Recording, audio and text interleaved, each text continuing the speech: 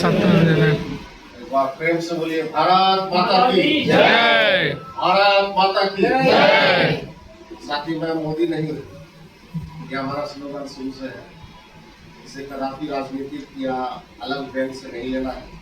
हम भारत के पुत्र हैं, भारत माता के रक्षक हैं। जो जागरूक है भारत के लिए समर्पित है, जो जागरूक नहीं है तो देश को विलुप्त करने में समर्पित।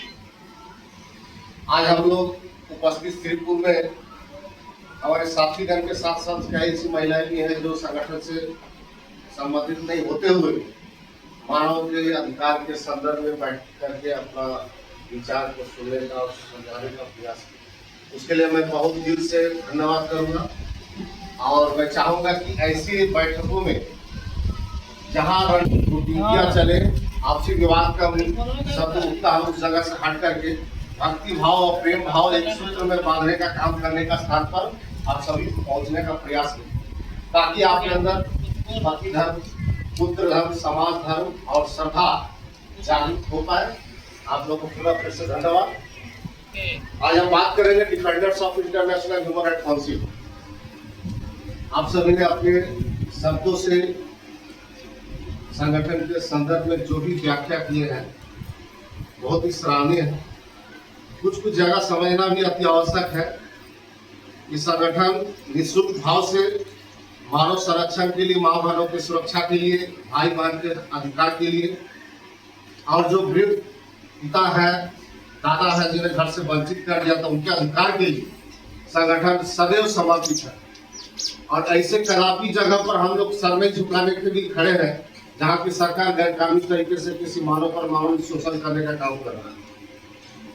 ऐसे जगह हम लोग कदापि खड़े नहीं हैं जो दल नीति या राजनीतिक अथवा प्रशासनिक दायरे के अंतर्गत मानव को छेड़छाड़ करने या फिर उससे मान सम्मान के अधिकार को हनन करने का काम किया जाता है।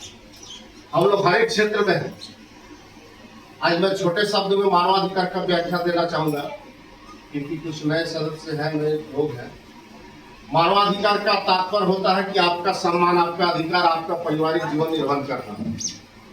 अगर आपको गाली देने से आपके अंदर बीज छूट उठता है तो हमको भी गाली देने से हमको भी महसूस होता है। यानी आपका भी सम्मान है, आपका भी जीवन निर्वहन करने का अधिकार है, आपको भी शिक्षा ग्रहण करने का अधिकार है, आपको भी समाज में रह करके पारिवारिक जीवन निर्वहन करने का अधिकार है। इसी अधिकार के मार्फत से तमाम देशवासियों को वो अधिकार समर्पित किया गया और सब भारत ही नहीं पूरे विश्व में मानवाधिकार का चर्चा चलाया है। दुख इस बात का है कि हमारे भारत में अंग्रेज के वंशज जो आज भी पल रहे हैं और संवैधानिक आंकड़ों को तोड़ मरोड़ करके मानव पर मानव द्वारा शोषण करवा रहे हैं, जिसके कारण हमारे देश में मानवाधिकार का कहीं झंडा नहीं। अगर है तो सिवाय वो मानव के शोषण के अलावा कुछ नहीं है। मैं खुले मंच में ओपन मोड में सबको चैलेंज करता हूँ और बोलता हूँ कि प्रशासन हो या गैर तरीके से इंसान हो, क्योंकि आप देखिएगा अगर विदेश छत्र में जाइए तो मानवाधिकार के नाम से आदमी हक्का बक्का प्रशासन हिल जाता है। वही देश एक इंडिया है जहां पर मानवाधिकार के नाम से व्यंग किया जाता है और इस व्यंग्यता को DIHRC defenders of international human right council संघर्ष किए जा रहा है और करते करते प्रयास है कि ये व्यंग को बंद करना है और प्रशासन के मुंह में ताला एक मानवाधिकार का चाबी के साथ खुला जाएगा ताकि आइंदा कभी मानव के संरक्षण, मानवाधिकार नहीं, मानव के संरक्षण से हटकर कोई गलत काम न कर सके। आप लोग का योगदान बहुत बहुत धन्यवाद। अभी हमारे मेडिकल प्रोटेक्शन मदन सिंह जी ने कहा पश्चिम बंगाल से बिलोंग करते हैं। मैं अपना परिचय पहले ये दे दूं कि मैं सोशल मीडिया में आया, उससे पहले सामाजिक स्तर में, उससे पहले प्रैक्टिस डॉक्टर लाइन से और उसके साथ ही हमने देखा कि कहीं न कहीं मैं शोषित था। इस शोषित से प्रभावित होकर के हमें लगा कि जो हमारे साथ घटना घटित हुआ ऐसा किसी और घर में ना। ये हमारा उस दिन का एक टारगेट बना और उस लक्ष्य को हमने दिल के रग रग में, नसों में, दिमागों में बैठा लिया कि मैं प्रयास करूंगा कि माँ बहनों को घर की सुरक्षा और पिताओं को घर की सुरक्षा दिलाने का प्रयास करूँ और उस पर मैं सदैव लगा। बात वह है कि इन्होंने कहा थर्ड जेंडर किन्नर समुदाय का जो हमारे दिमाग में आया। मैं उस समय अंतर्राष्ट्रीय मानवाधिकार एसोसिएशन जो इलाहाबाद हमारे अध्यक्ष हैं सुरेश सिंह तोमर, उनके अंतर्गत उनका मैं बहुत शुक्रगुजार हूँ कि उनके माध्यम से मानवाधिकार का हमें नॉलेज हुआ और उसके मार्फत से मैं काम करते किया। तो थर्ड जेंडर के मैंने देखा कि महिलाओं का तो एक स्थान है, पुरुषों का स्थान है, लेकिन थर्ड जेंडर जो कि दोनों जातियों से हट करके कटौती किया जाए, उसके लिए एक बोर्ड बनाया। तो हमने उस अंतर्राष्ट्रीय मानवाधिकार एसोसिएशन के कागज कलम से राष्ट्रपति और उस समय जो प्रधानमंत्री थे और मानवाधिकार आयोग नेशनल ह्यूमन राइट्स कमीशन से पत्र आवेदन दिया, इसके लिए चिंतन किया जाए और इस पर कोई निर्णय लेकर के आगामी प्रयास किया जाए। तो बहुत खुशी की बात है कि हमारे पास कागज है, जवाब नहीं। संगठन अगर बयानबाजी करती है, अगर कुछ बोलती है तो ये 100% रखिएगा कि कागज के साथ पुख्ता आपके सामने वो प्रभावी फॉलो कर पाएगा, दिखा पाएंगे। हम लोग जो काम किए हैं वो सत्य है। हम लोग को राजनीति वोट से मतलब नहीं है कि बैंक करके लोगों को गुर्बत बना करके पैसे के बल पर और सत्ता धमकी दे करके उसे हमें अपनाना नहीं। संगठन का एक ही उद्देश्य है कि इंसान के अंदर मानवता को जागरूक करके सत्य के अनुसार भारत में उसे प्रभावित करना है, संचालित करना है, ताकि लोग तक जन जागरूकता पहुंचाना है। तो उस समय ये हमारे पास आया कि थर्ड जेंडर बनाने के बोर्ड के लिए एक लेटर जवाबी आया कि हाँ इसको बहुत जल्दी सरकार के द्वारा मुहैया कराया जाए।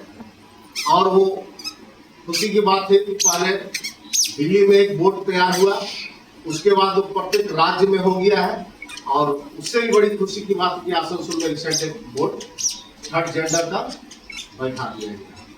तो ये हमारा बड़ा कोई पहल नहीं है, क्योंकि उस थर्ड जेंडर का भी अधिकार था। तो हम अगर मानव है तो हमारा कर्तव्य बनता है कि उनको हम सुरक्षा प्रदान कराने का प्रयास करें। अगर हमारे पास भोजन है तो हम भोजन करते हैं, अगर सक्षम है तो दूसरे को भोजन करा सकते हैं। तो ये अपराध नहीं है, अच्छे कर्मों का एक उदाहरण है। और मैं चाहूंगा कि आप लोग भी इसी संदर्भ में लें।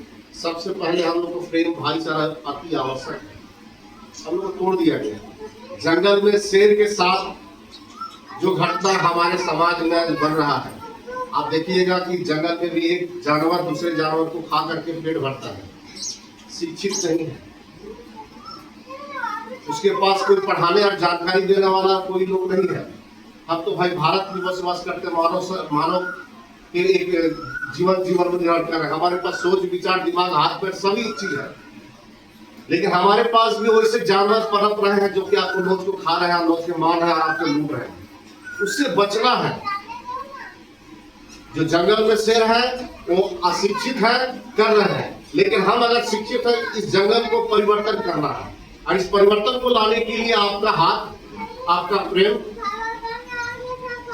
हमें एक सूत्र में बांध के चलने के लिए आवश्यकता है। और आप लोगों से सदैव आग्रह करूंगा कि आप लोग हमारे इस सिस्टम को दिल से अपनाएं और लोगों को निःशुल्क भाव, शायद हमारे पास एक घटना आया, हमने सुना चलो ठीक है हम फ्री में काम कर देते हैं, आपके पास आया, आपने देखा सर तो नहीं लेके चलो 10,000 रुपया लेके, ऐसा कदापि आप लोग करना, क्योंकि वो कभी न कभी खुलासा होगा। लेकिन क्या है, जो संकल्प हमारा था, जो हमारे अंदर इच्छुक था, जो मानवता का भाव था, वो हम एक जंगल राज की तरह ही काम को पनप पाते हैं। वो चीज को दोहरा करके हम कदापि ऐसा गलत काम ना करें।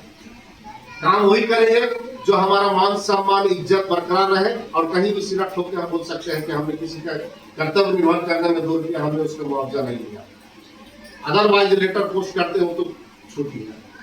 हम बात करेंगे आज के दौर में मानव पर शोषण का। बहुत से उदाहरण आप लोगों ने कहा, आप लोगों ने सुना। आज भी ऐसे कई क्षेत्र में है कि सरकारी सुविधाओं से वंचित है। आज ऐसे कई माता बहनों पे बलात्कार हो गया कि कोई उसका सुनवाई नहीं हो रहा। ऐसे कई सारा घटना है कि घरेलू हिंसा, पति पत्नी में हिंसा चल रहा है, और सबका मुद्दा कहीं ना कहीं है शिक्षा, समझदारी और एक सही निर्देश देने वाला सलाहकार। इसलिए मैं सभी को कहता हूं कि सभी बैठक में आने का प्रयास करें, शिक्षा ग्रहण करने का प्रयास करें, और आहिस्ते आहिस्ते इसको ग्रहण करके लोगों को समझाने, बैठाने और उनको पारिवारिक जीवन निर्वाह करने का संरक्षण देने का प्रयास करें। बैठक में हम लोग आए, 4 सिंघाड़ा जिलेबी खाया, उस पर बैठ करके हाँ इसको माला पहनाया, खाली हाथ भी चले, कोई फायदा नहीं है। हम अपना चेम्बर बंद करके आए हैं, शारीरिक परिस्थिति हमारा खराब है, हमारे कई साथी जानते हैं। उसके बावजूद हमें 2-3 आदमी ने कहा भी कि जब समस्या है छोड़ दीजिए, लेकिन हमारे अंदर एक जुनून है कि हम मानव रक्षा का काम करना है, हमें आना जरूरी समझा। ये चीज आपके अंदर होना चाहिए।